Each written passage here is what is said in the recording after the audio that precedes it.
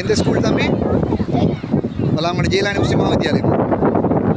யார்கிட்ட வந்தீங்க? யார் வந்தாங்க?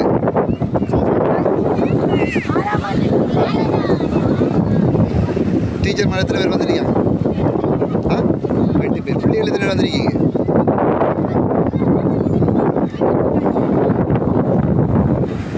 இது ஸ்லோன் 24 இஸ்மாயில் உய்சூர் ரஹ்மான் உங்களை சந்திக்கின்றேன். இலங்கை துறைமுக நகரம் இது ஃபோர்ட் சிட்டி என்பதாக அழைக்கப்படுகின்றதை நீங்கள் அறிவீர்கள்.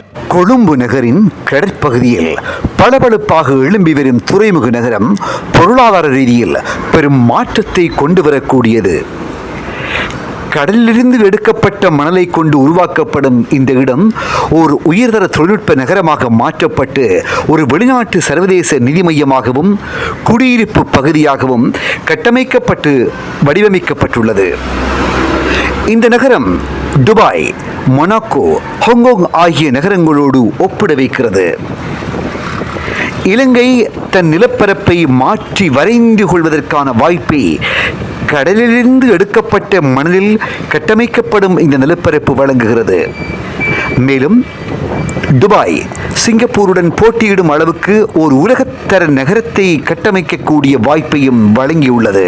ஆனால் யதார்த்தத்தில் இலங்கைக்கு இந்த நகரம் எந்த அளவுக்கு பொருளாதார மாற்றத்தை கொண்டு வரும் என்பதாக விமர்சனங்களும் எழுப்பப்பட்டு வருகின்றது. இலங்கையின் ஃபோர்ட் சிட்டி துறைமுக நகரமே இது அண்மையில் திறந்து வைக்கப்பட்டிருக்கின்றது. ஆனால் இந்த திட்டம் முற்றுமுழுதாக நிறைவடையவில்லை. இதன் ஒரு பகுதியே பொதுமக்கள் பாவனைக்கென திறந்து வைக்கப்பட்டிருக்கின்றது.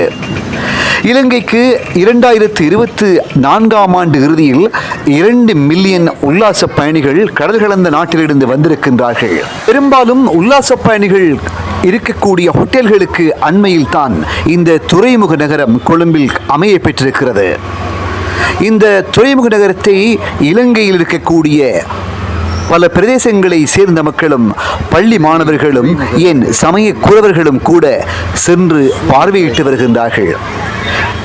இக்காலப்பகுதியில் அதிகமான உள்நாட்டு பயணிகள் இங்கு அதிகரித்த வண்ணம் காணப்படுகின்றார்கள். ஒருபுறம் கிறிஸ்துமஸ் கொண்டாட்டம், விடுமுறை, பள்ளி மாணவர்களுக்கான விடுமுறைகள் மற்றும் புது வருடத்தை முன்னிட்டு மாணவர்களுக்கு பாடசாலைகளில் விடுமுறை வழங்கப்பட்டிருப்பது என்பது குறிப்பிடத்தக்க அம்சம்.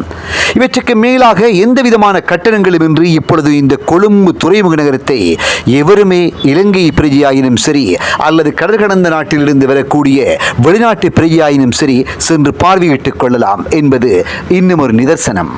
665 ஏக்கர் சுமார் 2.6 சதுர கிலோமீட்டர் புதிய நிலப்பரப்பை உருவாக்குவதற்கு சீன துறைமுக பொறியியல் நிறுவனம் 1.4 பில்லியன் அமெரிக்க டாலரை முதலீடு செய்ய வேண்டும். அதற்காக இலங்கை அந்த நிறுவனத்திற்கு 43% நிலப்பகுதியை 99 ஆண்டிற்கு குத்தகைக்கு வழங்கும்.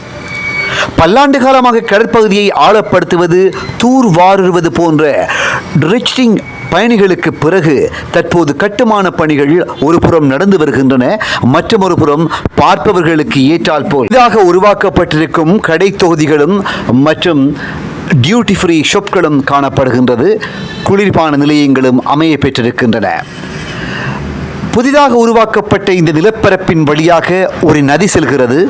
அது ஏற்கனவே தூர்வாரப்பட்டு அதில் சிறு படகுகள் மற்றும் சிறு சொகுசு கப்பல்கள் சென்று வர அனுமதிக்கிறது.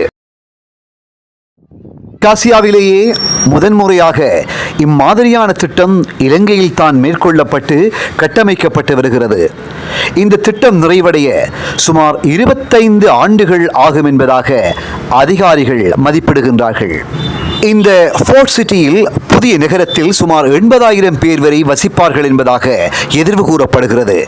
மேலும் அங்கு முதலீடு செய்து வணிகம் செய்பவர்களுக்கு வரிச்சலுகைகள் அளிக்கப்படும். சிறப்பு பொருளாதார மண்டலத்தில் சம்பளம் உட்பட அனைத்து பரிவர்த்தனைகளும் அமெரிக்க டாலர்களில் காணப்படும். ஆசியா மற்றும் ஐரோப்பாவுக்கு இடையிலான வர்த்தக மேம்பாட்டுக்கு சீன அதிபர் ஷி ஜின்பிங்கால் பெல்ட் அண்ட் ரோட் திட்டம் அறிவிக்கப்பட்டு ஓராண்டு காலத்துக்கு பிறகு 2014ஆம் ஆண்டு அவர் கொழும்பு வந்திருந்த போது இலங்கையில் இந்த துறைமுக நகர திட்டத்தை அதிகாரப்பூர்வமாக துவங்கி வைத்தார். சீன அதிபர் ஷி ஜின்பிங் வருகையின் போது மஹிந்த ராஜபக்ச இலங்கையின் அதிபராக இருந்தார்.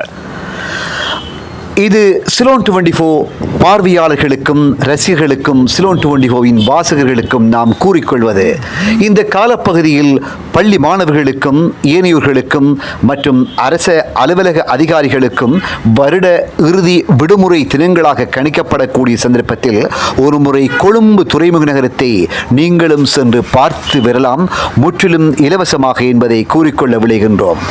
இலட்சக்கணக்கில் மக்கள் தினாந்தரம் படையெடுக்கின்றார்கள் கொழும்பு ஃபோர்ட் சிட்டியினை பார்வையிடுவதற்காக. இது சிலோன் 24 உங்களுக்கு தரும் தகவல்.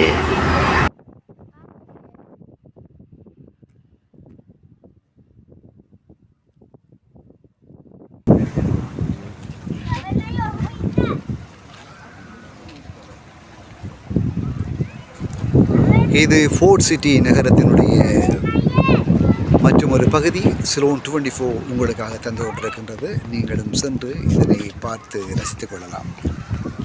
ஜனநாயக சோசலிச குடியரசினுடைய இடம் என்பதை இங்கே குறிப்பிட்டுக் கொள்ள வேண்டும். இலங்கை ஜனநாயக சோசலிச குடியரசினுடைய இந்த வணிக தலைநகரான கொழும்பு மாநகரிலே ஜனாதிபதி மாளிகைக்கு முன்பாக காணப்படக்கூடிய ஒரு பகுதியே இலங்கையினுடைய துறைமுக நகரம். துறைமுகத்திலே இருந்து காலிமுக துறைமுகம் வரை நோக்கி செல்லக்கூடிய இந்த பகுதி இது சிலோன் 24க்காக இஸ்மாயில் ஒய்சுர் ரஹ்மான் இப்போது தந்து கொண்டிருக்கின்றேன். சப்ஸ்கிரைப் செய்யுங்கள். இது ஃபோர்ட் சிட்டியினுடைய இன்னும் ஒரு பகுதியிலே உங்களுக்காக தந்து கொண்டிருக்கின்றோம். இஸ்மாயில் ஒய்சுர் ரஹ்மான் சந்திக்கின்றேன். கொழும்பின் வணிக தலைநகரமான கொழும்பு மாநகரிலே துறைமுகத்திற்கு அருகிலே ஜனாதிபதி மாளிகைக்கு அருகில் இந்த இலங்கை துறைமுக நகரம் காணப்படுகிறது என்றால் அது மிகையல்ல. பள்ளி மாணவர்களையும் ஏன் இவற்றுக்கும் மேலாக இந்த சமய குறவர்களையும் மற்றும் ஏனையோர்களையும் இவ்வாறு பலரையும் உள்ளடக்கியதாக இந்த இடம் பார்ப்பவர்களுக்கு ஒரு ரம்மியமானதாக காணப்படுகின்றது.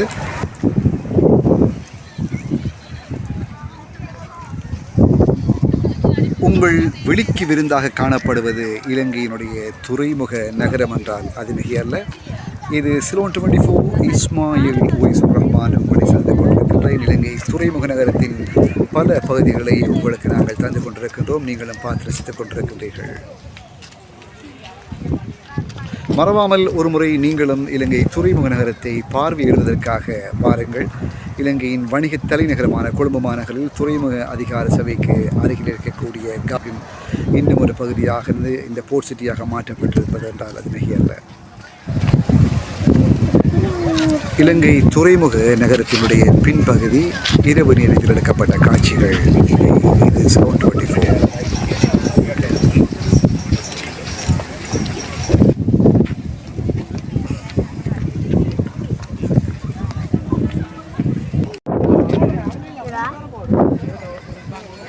Yo.